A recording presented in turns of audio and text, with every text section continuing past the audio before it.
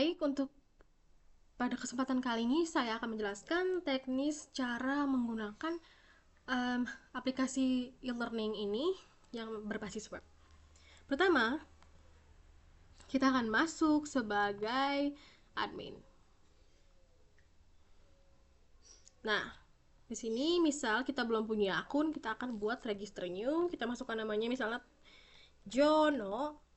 Di sini isi passwordnya misalnya 12345. Di sini kita confirm passwordnya 12345 dan di sini select profesi, misalnya kita adalah seorang teacher. Lalu kita masukkan namanya Jono di sini, misalnya jono@gmail.com. Kita pilih untuk foto profil. Misalnya kita scroll ke sini, fotonya misalnya yang ini. Kita masukkan dan register now. Nanti ada notifikasi tidak apa. Kita bisa pilih simpan di sini. Nah, di sini sudah ada keterangan new tutor register. Kita sudah register. Sekarang adalah kita masuk lewat jalur login. Di sini kita masukkan jono@gmail.com, dia sudah otomatis terinput seperti yang tadi kita register. Password kita pastikan ulang 12345 dan klik login. Ini adalah tampilan admin kita sebagai tutor atau guru. Di sini ada tampilan home-nya seperti ini, dan di sini ada tampilan playlist, konten, komen, dan logout. Kita tidak mau logout kan. Kita akan pilih ke playlist dulu. Misalnya kita akan membuat playlist atau kumpulan video tentang sebuah modul. Misalnya kita isi form dulu ya di sini.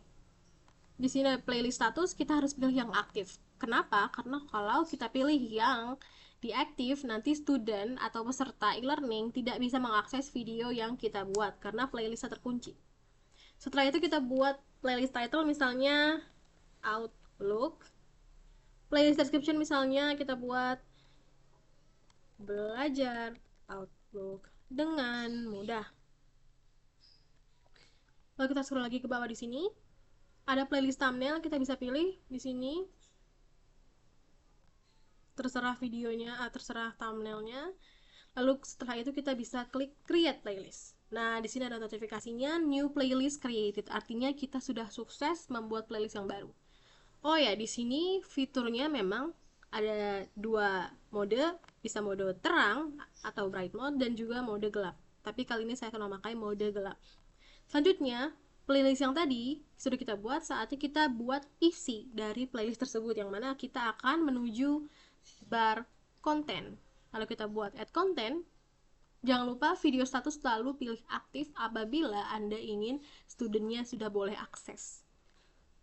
Lalu kita buat videonya, judulnya misalnya Outlook Tutorial for Beginners.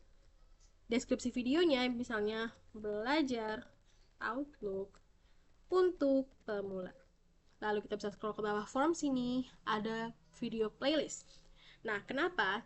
Karena nanti video ini akan masuk ke kumpulan playlist tentang Outlook. Jadi, videonya akan masuk bersama playlist yang membahas materi yang sama. Jadi, tidak akan tercecer. Lanjut, thumbnailnya misalnya kita pilih di sini. Download. Oke. Nah, kita pilih foto tadi. Setelah itu kita mau upload video dari YouTube. Di sini adalah keunikan dari sistem e-learningnya.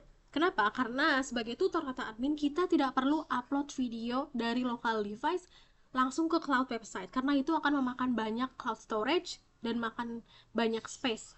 Dan seperti WordPress pada umumnya kan kita harus upload dari local device ke cloud storage, dan itu menambah biaya lagi untuk maintenance si cloudnya. Apalagi video itu kan space-nya cukup gede ya, maksudnya ukuran video itu biasanya cukup gede untuk makan space.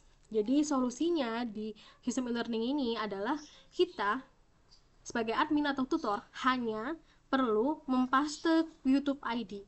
Apa itu YouTube ID? YouTube ID adalah ID unik yang dimiliki setiap video di YouTube. Misalnya dari video ini, meskipun videonya adalah berbentuk playlist, kita tidak perlu mengcopy semua link ini. Kita hanya perlu mengcopy kode uniknya saja, yang mana kode unik itu biasanya tepatnya ada di antara sama dengan dan list nih. Ini adalah kode uniknya si video. Misalnya kita pencet di sini yang ini. Misalnya kita milih video yang ini. Adobe Acrobat Studio is all new. Nah, kode unik YouTube ID-nya adalah ini dari sama dengan sampai M. Nah, setelah itu kita copy, kita bisa kopas YouTube ID-nya aja di sini, lalu kita upload. Nanti ketika kita sudah upload, akan ada keterangan di sini, new course uploaded, artinya kita sukses mengupload konten. Nah, kita sekarang kunjungi konten. Nah, ini sudah muncul, statusnya adalah aktif, artinya student bisa mengakses videonya. Nah, kita scroll ke bawah seperti ini. Ini adalah tampilannya. Kita bisa coba jalankan. In this video, I will show you how to set up an out-of-office reply in Microsoft Outlook. This automatically lets people know when you're away. Jadi, kita tidak perlu upload video dari local device. Kita hanya perlu mengcopy YouTube ID-nya ke dalam form konten tadi. Manfaatnya apa? Manfaatnya adalah tadi, seperti yang saya sebutkan, ini tidak akan memenuhi cloud storage si website. Jadi nanti cloud storage website itu bisa fokus untuk data-data user bootcamp yang nanti akan bisa dibilang banyak orangnya. Nah, jadi bisa sangat menghemat biaya cloud storage. Selain itu, manfaat selanjutnya adalah karena ini berhubungan sama yayasan pendidikan dan mereka punya channel YouTube. Jadi ini adalah strategi yang bisa dibilang win-win solution. Karena kenapa? Ketika student akses video, meskipun dari sistem e-learning ini, dan konten yang disisipkan adalah ya video dari yayasan channel, itu akan menambah viewers si channelnya yayasan. Meskipun student tidak langsung nonton dari youtube.com gitu. Jadi ini bisa nambah viewers untuk si channel yayasan. Jadi ini adalah win-win solution. Selanjutnya, kita sudah berhasil upload video ini. Kita bisa lihat di sini, kita bisa update atau delete video. Itu adalah salah satu grupnya. Di sini juga ada tanggal kapan kita uploadnya. Lalu setelah itu, sekarang kita masuk sebagai murid. Di sini saya akan menampilkan halaman tampilan dari lamannya si student. Di sini juga ada dua mode, yakni mode terang dan mode gelap.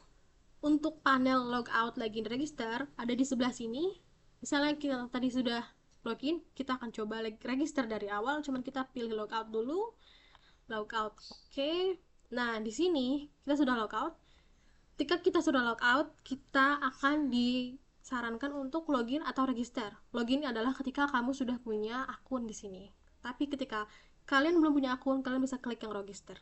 Kita klik di sini register. Bisa kita klik namanya adalah Alfredo.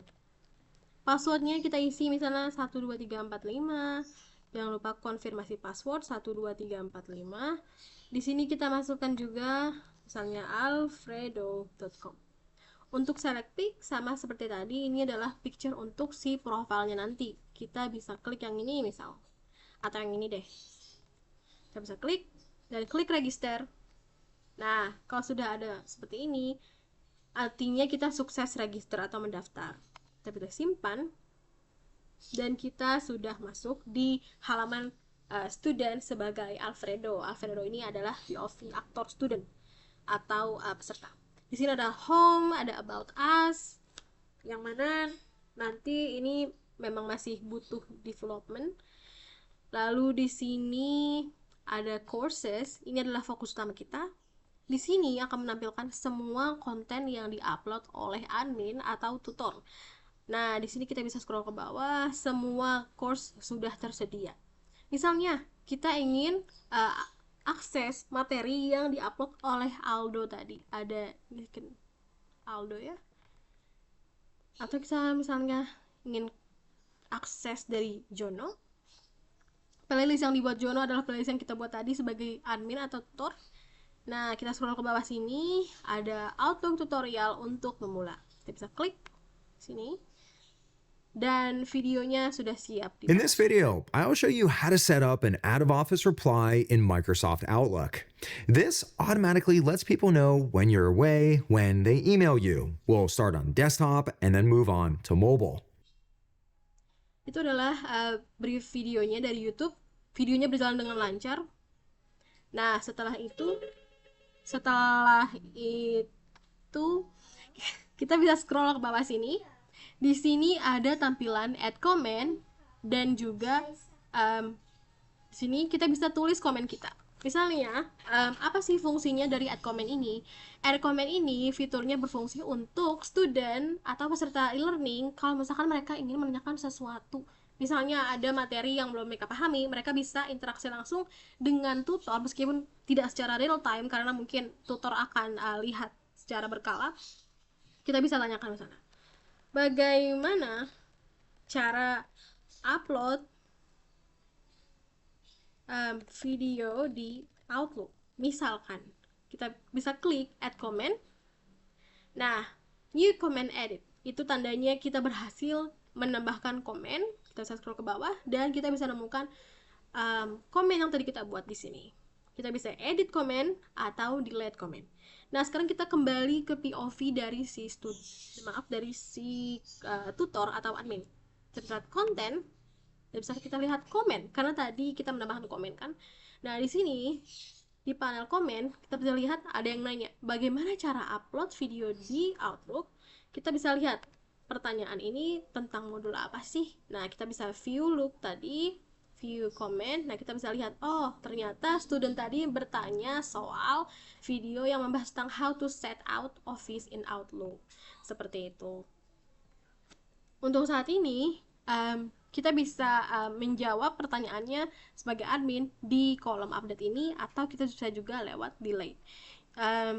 Dan di sini juga ada panel simbol komen di mana tadi karena kita sudah add comment, kalau kita perhatikan angkanya berubah jadi 1. Kalau misalkan komennya masih kosong, nanti dia akan komennya tetap berubah. Maksudnya komennya akan angkanya 0 seperti ini. Tapi karena kita sudah menambahkan komen, jadi dia otomatis menghitung komen. Begitupun selanjutnya kalau misalkan ada student yang ingin menambahkan komen, nanti angka di sini akan bertambah dan si tutor akan bisa melihat semua komen dari peserta dari halaman ini. Seperti itu. Sejauh ini aplikasi ini memang belum dideploy karena kalau mengikuti timeline, aplikasi ini dideploy di kisaran bulan April.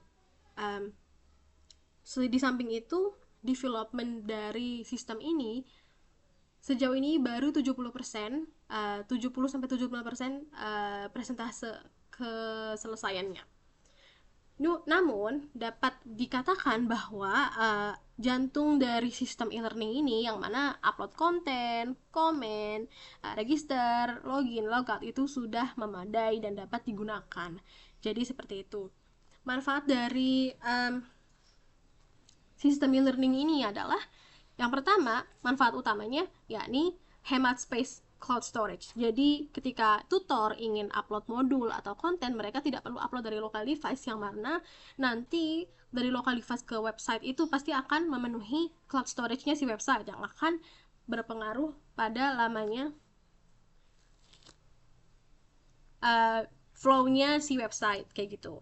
Yang kedua, manfaatnya adalah strategi ini dapat digunakan untuk meramaikan viewers dari channel YouTube yayasan.